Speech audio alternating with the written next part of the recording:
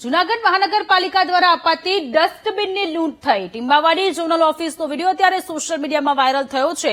તંત્રએ વિતરણ ન કરતા મહિલાઓએ રીતસરની લૂંટ મચાવી। ભીના અને સૂકા કચરા માટે મહાનગરપાલિકા લોકોને ડસ્ટબિન કચરાપેટી આપતું હોય છે। ઘરવેરાની પહોંચ બતાવીને તંત્રમાંથી ડસ્ટબિન મેળવી શકાય છે, પરંતુ તંત્રની આ ઢીલી નીતિ અને પ્રોપર આયોજન નથી। ત્યાં ડસ્ટબિન પણ અત્યારે ઓછી છે અને એટલા જ માટે મહિલાઓએ રીતસરની લૂંટ મચાવી હોય તે પ્રકારના આ દ્રશ્યો સામે આવ્યા છે।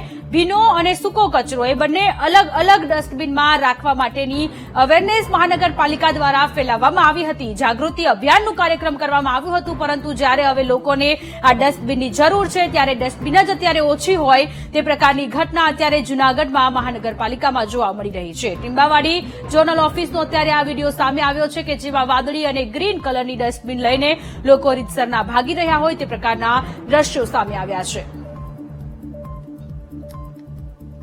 તો જૂનાગઢ મહાનગરપાલિકા દ્વારા ડસ્ટબિન આપવામાં આવે છે। ગુજરાતમાં દરેક લોકોના ઘરે ભીનો અને સૂકો કચરો અલગ અલગ રહે એટલા માટે ડસ્ટબિનનું વિતરણ કરવામાં આવતું હોય છે, પરંતુ જૂનાગઢના ટીમ્બાવાડી ઝોનલ ઓફિસનો આ વિડીયો છે કે જ્યાં ડસ્ટબિન ખૂબ જ ઓછી માત્રામાં છે અને એટલા જ માટે લોકોએ રીતસરની લૂંટ મચાવી છે। સંવાદદાતા જય ફોનલાઈન પર જોડાયેલા છે।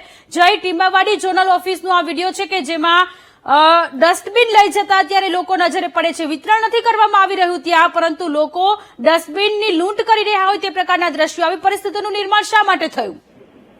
જી સોનલ, ખાસ કરીને જણાવી દઉં કે જે વેરો ભરતા હોય છે, જે એના લોકો માટે આ જયારે વેરો ભરાયો હોય ત્યારે આ ડસ્ટબિન આપવાની હોય છે, ત્યારે તંત્ર દ્વારા આ ડસ્ટબિન નહોતી આપવામાં આવી અને તેને લઈ ફરિયાદ ઉઠવા પામી હતી। ત્યારે ફરિયાદના આધારે થોડા દિવસ પહેલા જ આ વિતરણ ચાલુ કરવામાં આવ્યું છે।